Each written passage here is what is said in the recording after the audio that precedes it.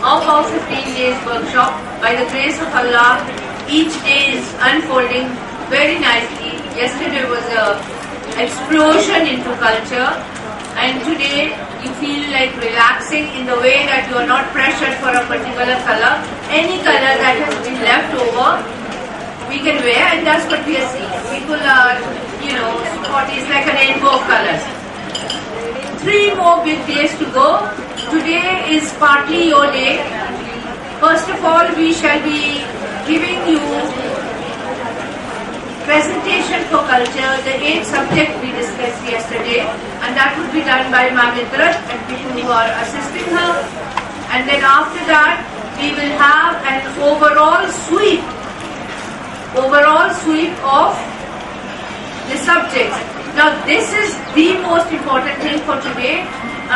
In fact, for the other important thing as well, because if you listen carefully, you may even make tiny notes, because this is what's going to help tonight. You have to study and study and study, because tomorrow is the test, and tomorrow morning you can't be like that not everybody is present. After the overall sweep, we'll tell you what, but next after tea break will be your project display.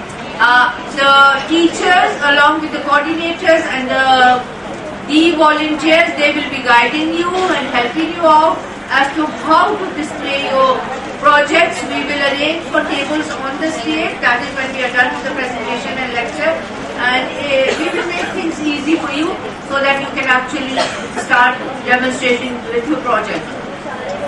Where is Ma'am Ikrat? Are you ready, ma'am?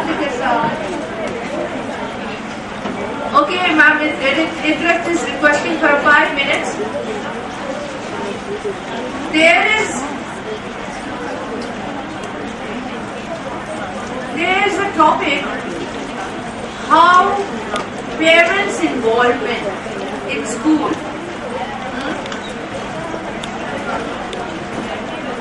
There was a time when you were student and your parents were parents, right? You don't even remember those days. A little girl in class 3, class 4, it's there, but you don't remember. Then time changes, role changes, and you become parents. But the interesting thing about people who are sitting here, most of us will be playing the double role. That is, we will be parents as well as if we are in the school, we might be teachers or we might be the school administrator or the principal. And this triangle, that is the child, the parents and the school, it's really one of the major things, because what happens basically, we are paying fees to send our children to school, and nowadays it's not easy, right?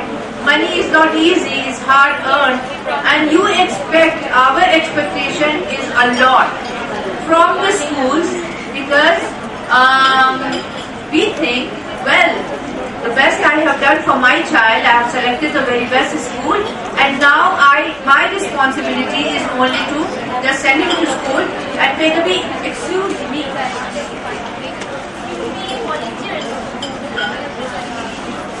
My responsibility is only to pay the fees and send the child to school. Nowadays there is a trend of tutor as well. Okay, I shall wait. We started culture, and you got a detailed and interesting lectures about all the cultural subjects. Today we are going to start off with a culture presentation.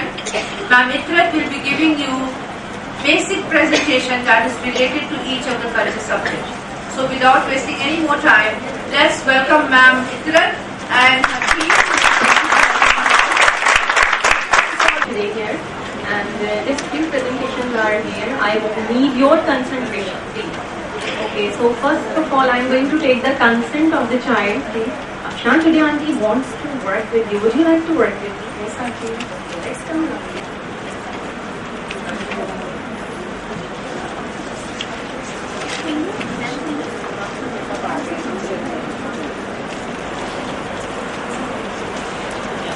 Akshat, today Auntie is going to show you the artwork.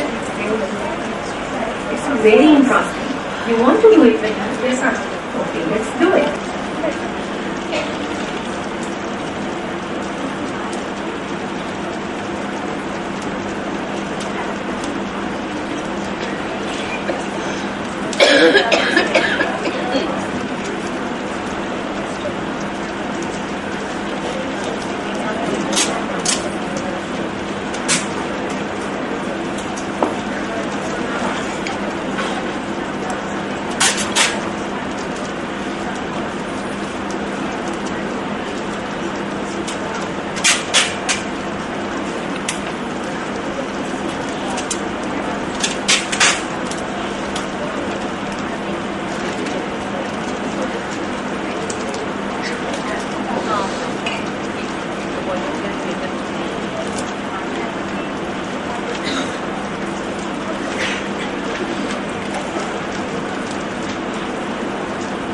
Akshat, you want to help me? You want to do this? Yes, Auntie. Okay, let's do it.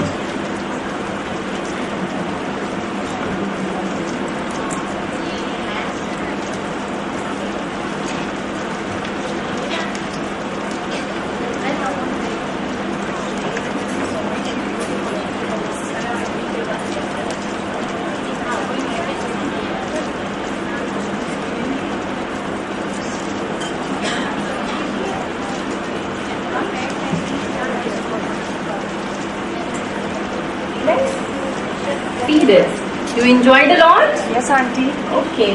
You want to repeat this? No, Auntie. Okay, let's do the wind up. Now one more art I'm going to show it to you. It's a thumb, related to the thumbprint. We need a colors and a paper.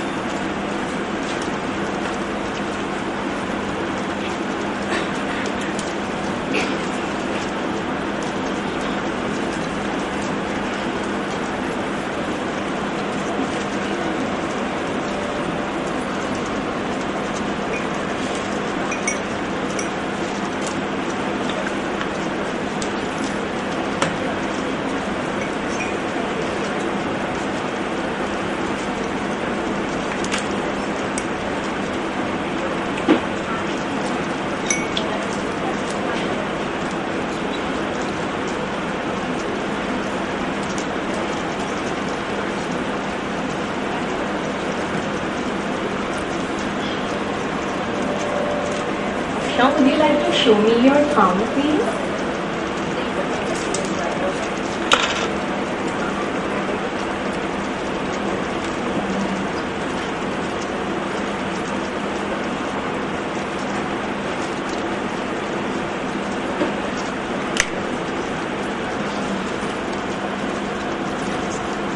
Let's see what Auntie is going to do. What should we get?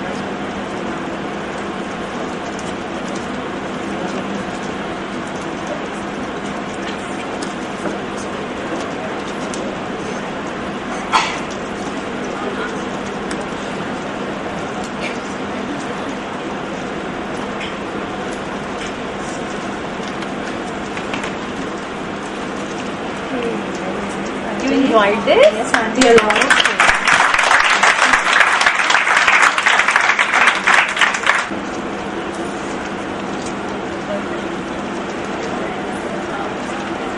Artwork, you are going to do the collage work, give the crayons to the children, give the paints to the children. The artwork according to his need, according to his time. Okay, thank you. With brief talks about all the subjects. As we did EPM, first we will start with EPM. You will tell me basically what you have picked up. Okay. So what does EPM stand for? Exercise of practical life. How many main groups? 5.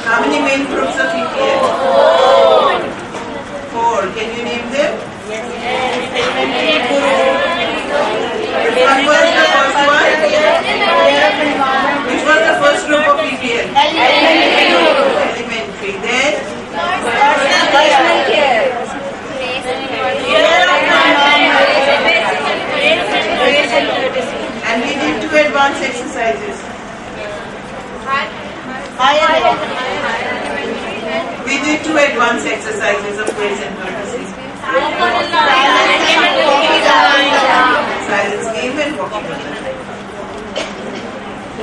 So Montessori method is the only method which is introducing exercises of practical life in a proper formal way. It is becoming part of the curriculum. Otherwise people used to overlook this subject, that these are things child will learn by himself. But actually if you look around, EPL is all around us. When the child comes in the world, he sees people doing different simple activities. And what child wants to do? He wants to become part of these activities. So when Maria Montessori realized that child wants to do these exercises because there is a vital inner instinct, there is an inner feeling child wants to do, and he cannot stop himself from doing it. You stop the child, child will hide from you and do these things. He will at some other time do. You stop at one moment, again he will want to do. Why he is doing it? Because he wants to develop his personality. He cannot develop his personality without work. He needs movement to refine the muscles, to improve himself. Dr. Montessori says work has no substitute for a child, and it becomes fascinating, irreplaceable, irresistible when produced in the most favorable circumstances. Do not make things tough for the child. Let the child work like he is doing it out of his own interest. EPL is also called an aid to life, because when the child is working, he is working according to his inner needs. These help the child to adjust to the environment and become a well-settled, adjusted person. It is through EPL that the child develops his personality,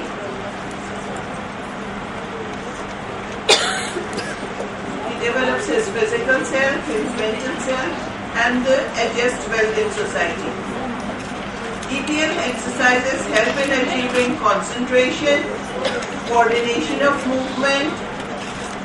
Child gets the ability to work for maximum effort. Child loves to repeat the activity, and it develops order, it develops exactness. Child learns to explore the environment and become independent.